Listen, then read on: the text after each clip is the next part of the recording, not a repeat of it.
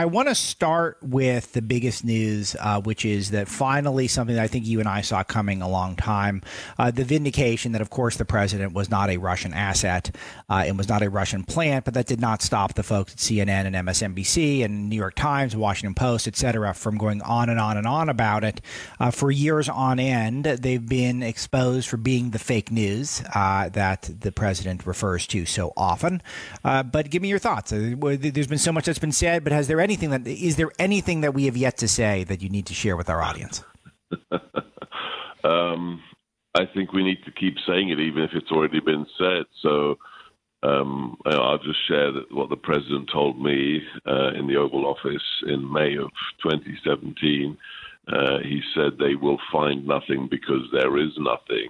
And that's exactly what happened. And 2 years later, $25 million, 500 interviews, 500 search warrants, 6,000 or 2,000 subpoenas later, we have the fact of the matter. Mueller has surrendered to AG Barr, and it's a good thing for America. But the fact is, when you have the media respond in ways that you have show hosts literally tearing up because the president isn't an agent of a foreign power, we have a huge, huge problem in America. A functioning democracy requires the fourth estate to actually do its job. And when you have Jeff Zucker say, we don't investigate, we're journalists, we report things as we see them, well, then the whole system is broken, utterly, utterly broken. But it's good when you have Swalwell, when you have Adam Schiff literally doubling down on the narrative that the president works for Moscow. Then I think it's a great, great thing for 2020. But we may have said these things before, but they need repeating because they're so incredibly important. The media. The Democrat Party is utterly, utterly morally bankrupt.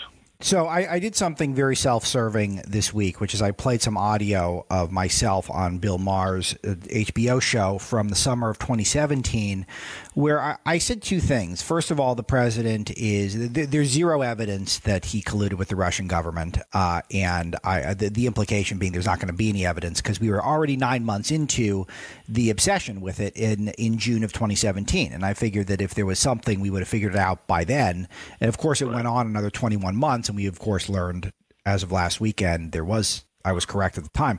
But the other part of it, that the clip that I played, is that I also said no one's going to apologize. And that has been correct. I have not seen I have seen a handful of people on the left. Glenn Greenwald is the biggest example of this, and a handful of others who have stood up to the left of center establishment and said this was always a horrible tactic and this was never going to work. And credit to them. Matt Taibbi is another one who comes to mind. Credit to those guys. But the big thing here, Dr. G, is that not only is no one apologizing, you're seeing folks like Comey and Little Adam Schiff and others who are kind of want to keep this thing going. I think a lot of the establishment media is looking for angles to keep this thing in the news. A lot of the MSNBC crowd is like that. And that is certainly not a surprise to, I think, you and me. But I think this is a big deal because it reveals the left's tactics, which you study, as do I, which is that losing and apologizing is never an option. They always win or they move the goalposts. Is one or the other. No, absolutely. I mean, it's straight out of the Rules for Radicals from Saul Alinsky. But there's more than just hubris or an inability for them to look in the mirror and admit their mistakes. You mentioned a couple of names there. When you have the likes of James Comey or Brennan continue this story, that's not a political decision, Alex.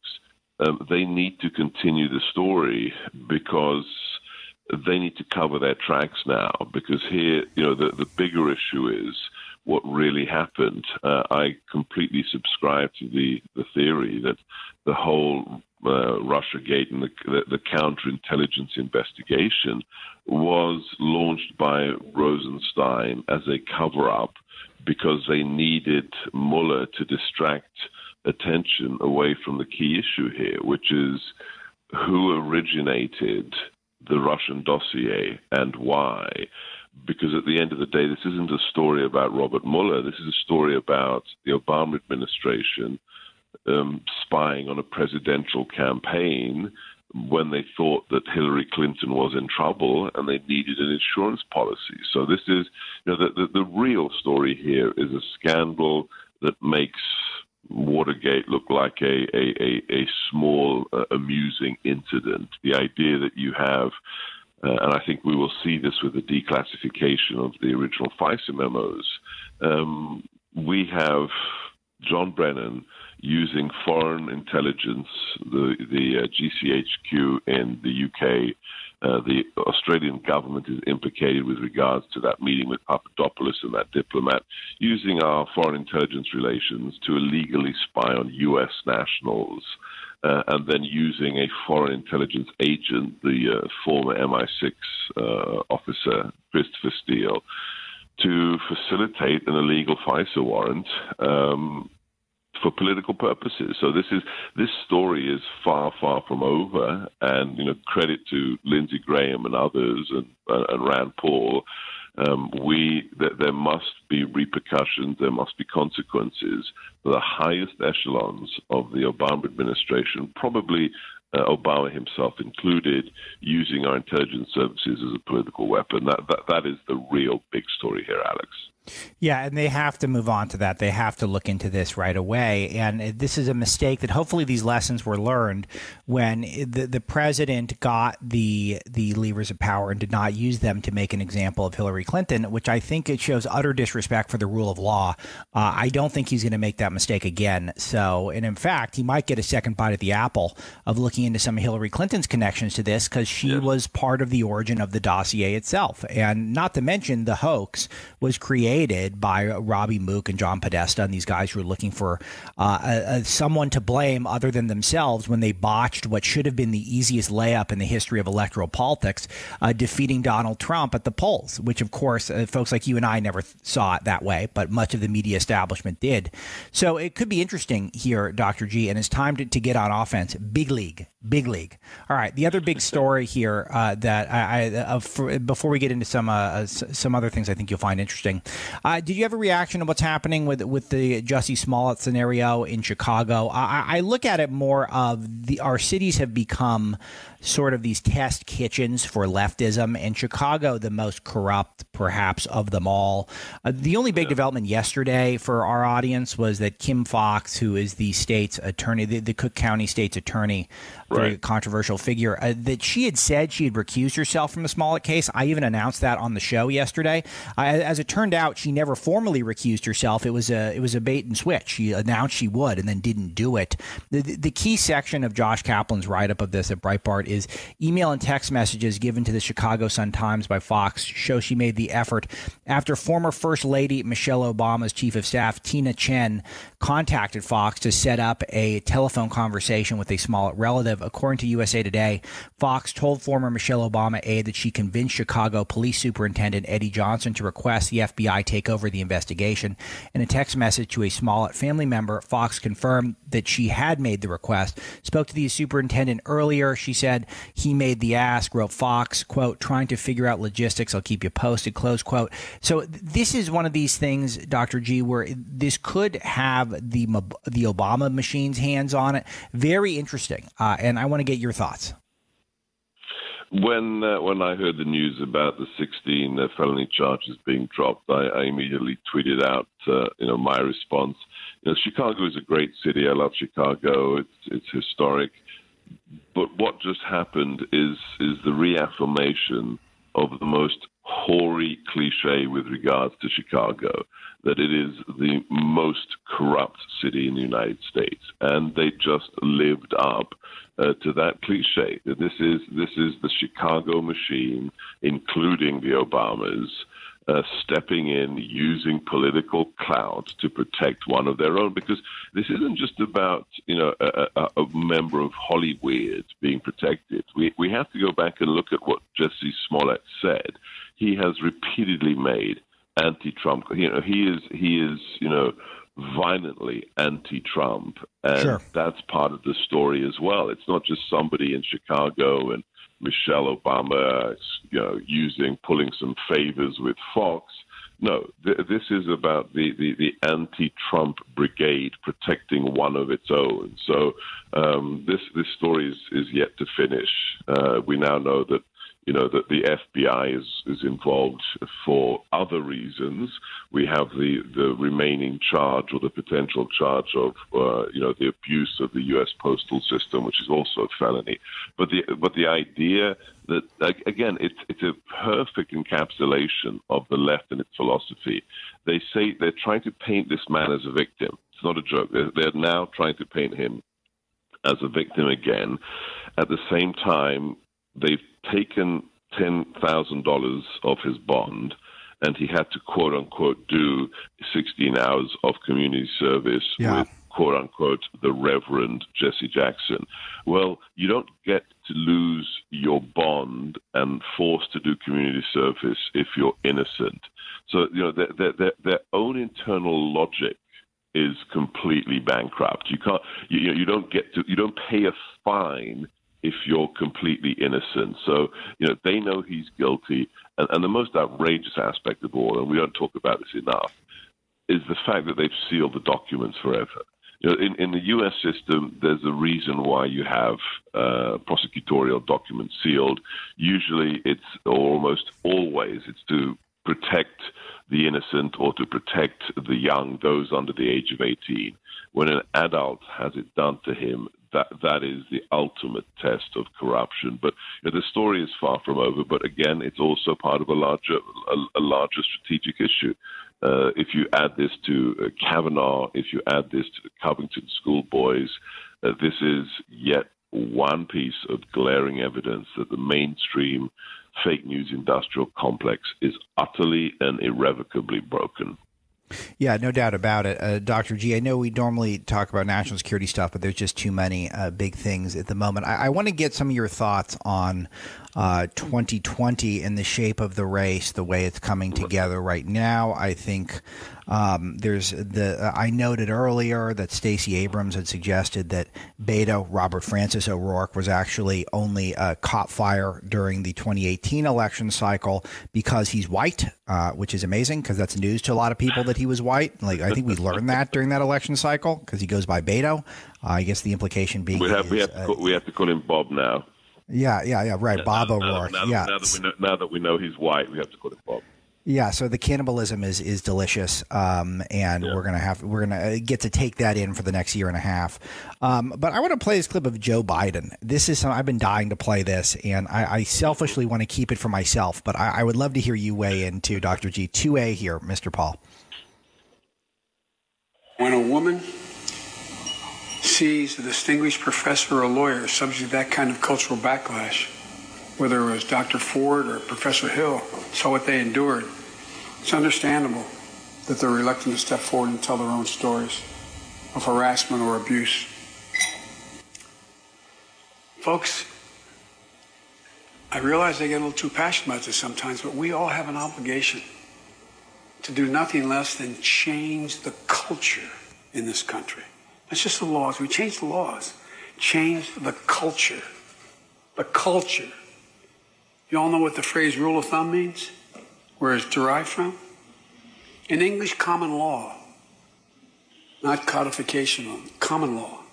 Back in the late 1300s, so many women were dying at the hands of their husbands because they were a chattel, just like the cattle or the sheep, that the court of common law decided they had to do something about the extent of the death. So you know what they said?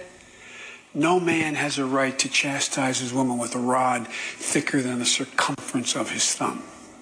This is English jurisprudential culture, a white man's culture. It's got to change.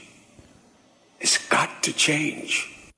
A white man's culture has got to change, Dr. G. And, of course, he cites things like Christine Blasey Ford, another hoaxer, the way she was treated, because I guess the white man's culture. This is just so who's going to change it, Dr. G? It's going to be Joe Biden, who's going to run for president and will be the standard bearer. He will be the guy to change the white man's culture. This all they got? They got 2 years to get ready for this moment. This is what they got right now? That audio soundbite kind of leaves me speechless.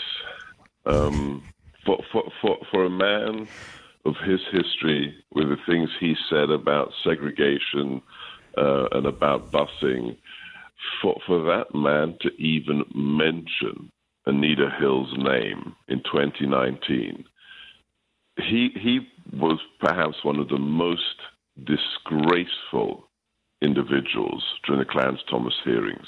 His behavior, you can go back, you can watch a younger Joe Biden, the videos are up there on YouTube. It was disgusting. If you want to see, what did Cory Booker, what did Kamala Harris say, a modern lynching, if you want to see a modern lynching, watch Biden's behavior during the Clarence-Thomas hearings. This person is lecturing us on what women being whipped with a rod today. On the one hand, you have to laugh. You have to smile at the utter, complete lack of self-awareness. If there's any victim in the Kavanaugh hearings, it is Judge Kavanaugh and now Associate Justice Kavanaugh, who is a godly man and who was treated in the most vile fashion. And now he's going to use Blasey Ford as an example of how our culture is broken. Biden is the example of how perverse the left was and still is and is increasingly so today. So thank you for playing that for me. I'm going to have to use that on my radio show later. Yeah, and by the way, Dr. G, that's only half the clip. Hopefully I'll have time to play the second half. But it's just unbelievable. And then we also unearthed some audio of him in 1974 talking about let's play a touch of this. Let's play 2C. This is a short one. Play this one. This is him in 1974. That is a scant 45 years ago. But Senator, aren't you a living example? I am an anachronism. I'm a 29-year-old oddball. The only reason I was able to raise the money is I was able to have a national constituency to run for office. Because I was 29, I'm like the token black or the token woman. I was the token young person. We're talking about this national constituency. Some of the money that's not an announcement for office, by the way. This guy is unbelievable. He's been doing this his whole life, Dr. G. That's longevity that you can say that stuff. That's real. That's Joe Biden in 1974. I am flat. My cast is truly flabbered. That's incredible. Incredible. Yeah. You're speechless, and I'm just laughing into the microphone. I mean, this is not exactly dynamic radio, but it's real. This is real. These are real time reactions to the insanity of Joe Biden. I'll share with you something I've never said before. My only first-hand experience of Joe Biden. I was on the island of Nantucket.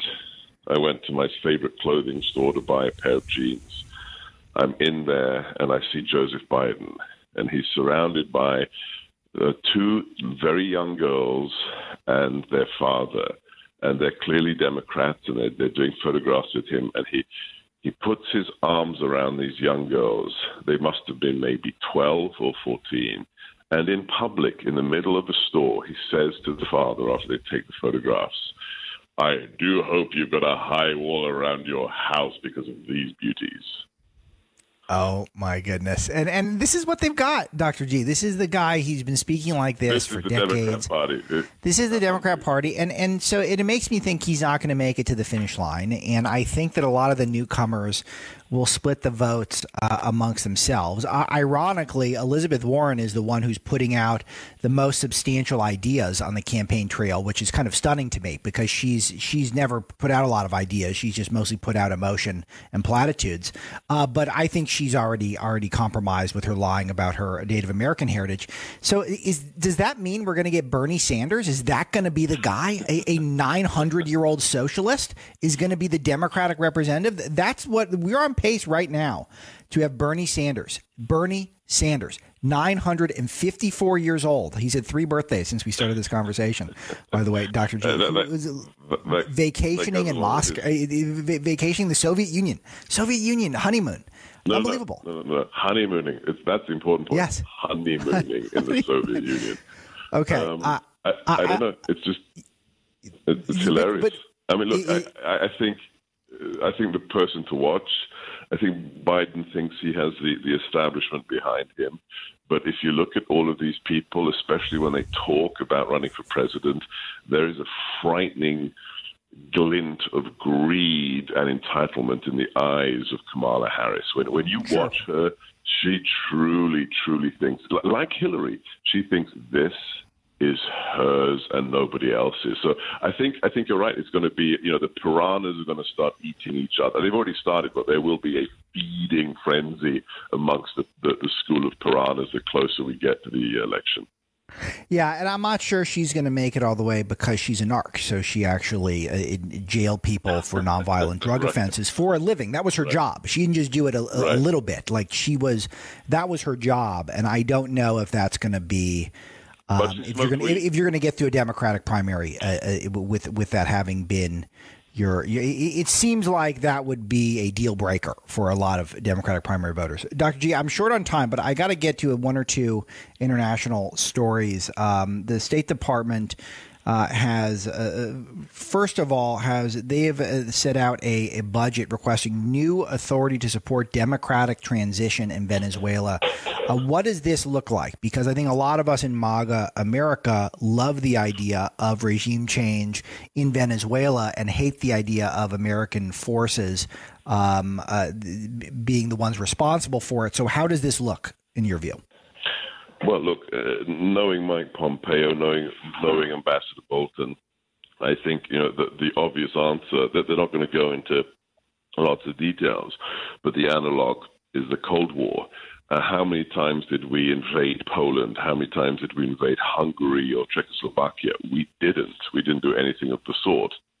But we very, very actively supported dissident elements in those countries who would affect their own regime change, which eventually happened on November the 9th, 1989. So there's no guarantee that they're capable of doing it.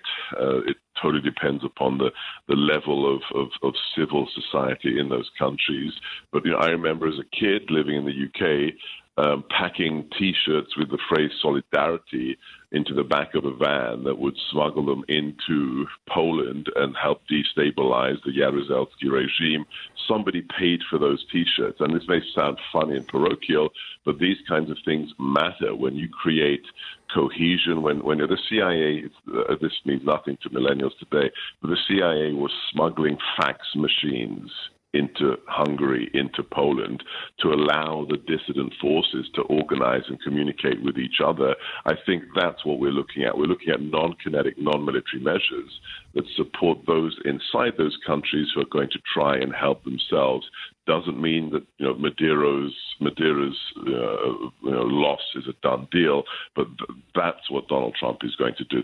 There's no question that those people who think the 82nd Airborne are going to be deployed to Caracas have no idea who Donald Trump is.